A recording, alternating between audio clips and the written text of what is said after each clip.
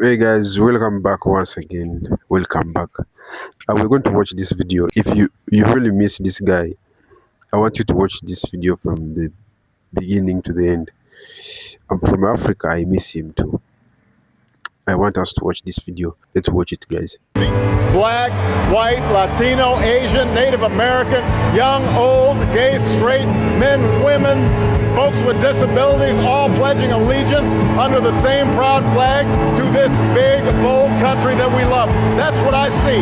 That's the America I know. Best president in my lifetime, for sure. He was the most statesmanlike, the most articulate.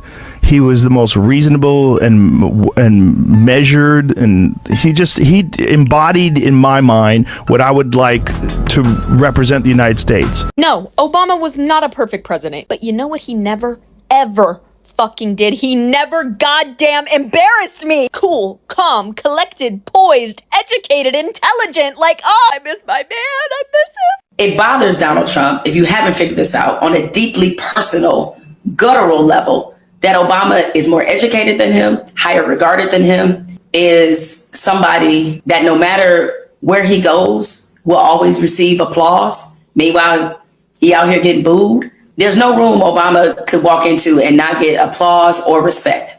And I would say even among people who are conservatives who also have bashed him. These are the things that strangely keep Donald Trump up at night, is that at the root of the core of it, no matter how many lies he tells himself, he's an embarrassment. And he knows he is. And it bothers him that somebody who hasn't been president in a decade is so much more beloved than he will ever be. He could put his name on 1,000 buildings, and that's never going to change. I miss you too. That's why I came. Now, one of these values is freedom. So let's talk about that for a second. I do not think we have ever had.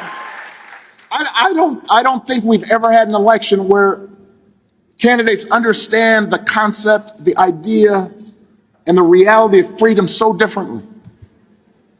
Because for Donald Trump and his cronies, freedom basically means getting away with stuff.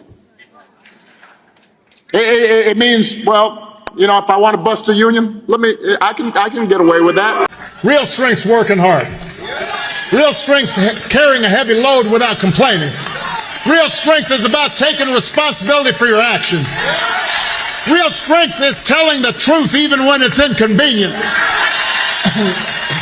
Real strength is about helping those who have less or need some help. Standing up for those who can't always stand up for themselves. That's what we should want in our sons and our daughters. That's what I want to see in the President of the United States. All right, I just watched a fairly long video of Barack Obama and Mom Donnie with those kids. Red nose, been blowing my nose. It made me cry. Unexpectedly. First of all, those videos are circulating. Please watch them. They are delightful and pure. They're so pure.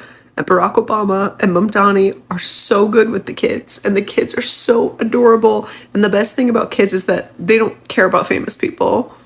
And they say whatever they want, and it's perfect. And because Barack Obama and Mom Donnie aren't malignant narcissists like our president, they laughed and thought the kids were adorable and hilarious. And I was just thinking, like, I saw a clip of Trump on Easter talking to kids, which I think he shouldn't be around any children ever, by the way. And the clip I saw was of him asking them some form of, this is paraphrasing, but do you guys know anyone who voted for Kamala Harris? Because that was a really bad idea, to like 5-year-olds. Because of course that's what he did. And he had the Easter bunny standing behind him. Anyway, this video made me cry because I have forgotten what it is like to have leadership that behaves like Barack and Mom Donnie did in this video with children. This was a child care center in the Bronx. It was so precious and so funny and so sweet. And it was how leaders should behave in situations like that. And I missed that. There's like a huge hole.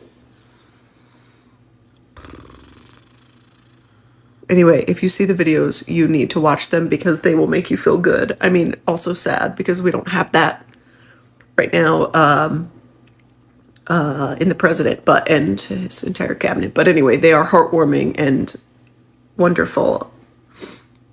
There is not a black America and a white America and Latino America and Asian America. There's the United States of America. The pundits like to slice and dice our country into red states and blue states. Red states for Republicans, blue states for Democrats. But I've got news for them too. We worship an awesome God in the blue states, and we don't like federal agents poking around in our libraries in the red state.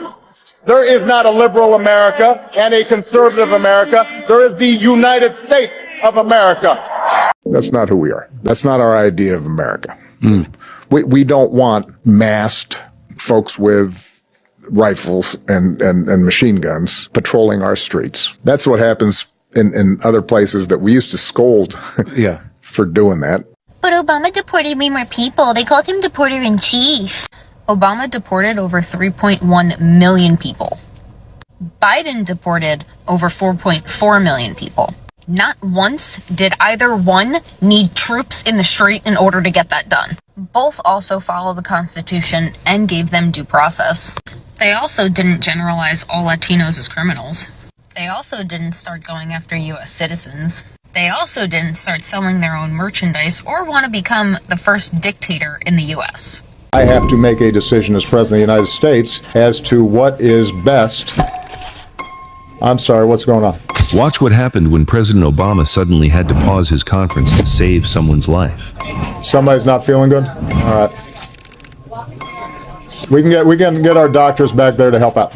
Can somebody help out, please, and get Doc Jackson in here? Somebody grabbing our doctor?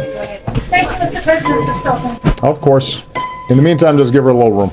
You guys know where the doctor's office is? Just go through the palm doors, right next to the map room. There he is. All right, there's Doc Jackson. Doctor's in the house. Obama had This fear that I am going to die with a pit of sadness in my stomach, wishing that I could go back to a time in history when things made sense. I realize that sounds very boomer, but I'm just talking about like when Obama was president, and for whatever reason, I naively believed that our future was bright. The rogue behavior of agents of the federal government is deeply concerning and dangerous. But we should take a moment to appreciate the extraordinary outpouring of organizing, community building, decency, citizens saying, this is not the America we believe in, and we're going to fight back, and we're going to push back with the truth, and with cameras, and with peaceful protests, and shining a light on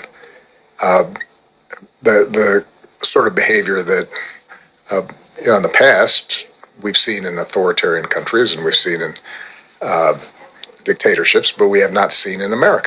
I miss that man. I miss having a leader who was able to speak hope into us, was able to ask us to be our best selves on a regular basis. And as much as I appreciate his words, we all know that the resistance we have put up so far is not enough and will not bring down this regime. And I just fear that we have quite a number of dark days ahead of us. Hello, everybody. I actually remember Barack Obama running for president, and I went to see him at St. Louis Arch. I was like so close. And during that campaign, I met Bill Clinton for the second time. I'd already met him, shook his hand, talked to him briefly.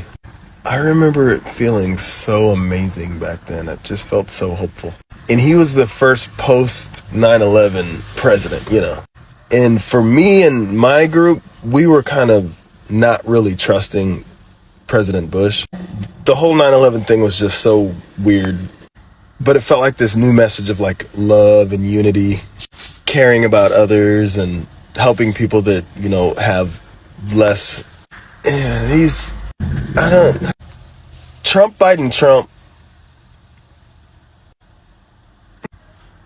this is a wild time, to be honest. Oh, it's nice to see you. It's 100% to be here and to see such a wonderful person. Well, you know what? The main thing I want to find out is what do you eat so that I can look as good as you in a few years? Huh? How do you? It's just good genes. Them greens. It's the greens. Cornbread. Oh well. And bacon every I like bacon every morning. And bacon every morning. I'm sure that's what the doctor ordered. I'm so grateful you came to see me. Absolutely. Let me give you a kiss. I wouldn't have missed it for nothing. Thank you. Sometimes I wonder if Obama was still in office, would all the stuff that's happening in the world right now be going on? I see a difference in how much better the world was and things when Obama was president. I really miss him being in the office. We need him back. I just want to know, why do so many people get so upset when I say I consider President Obama as the most presidential president in U.S. history that I know of? Keep in mind, I was not even old enough to vote for him when he first ran for election. So let's just get some context here, okay? In your lifetime, you might think otherwise, but in my lifetime, I consider President Obama as the most presidential president in the history that I've known. And I stand by that. I have a right to my opinion. You have a right to your opinion. That's the way this country works, and that's okay. There's no need to be upset about it. See, y'all should have never gave me the confidence. I mean, here we go, third video of the day. I just wanted to say, me and my coworkers, some of my coworkers, we miss Obama. Fuck the Democrat versus that man knew how to address people, knew how to pronounce things, knew how to, you know, articulate himself in a professional presidential manner. And I just wanted to tell y'all, we miss Obama. This shit's sad. Really, it feels like y'all know what it feels like. It's crazy out here. Let me know if y'all miss Obama. I know y'all do. Do you guys remember when we had to write a letter to the president? Because I still kept this. I literally kept the whole entire envelope. It has my address, but are you kidding me? The White House. It's like all the students would write a letter and we got like a dear student back. I thought it was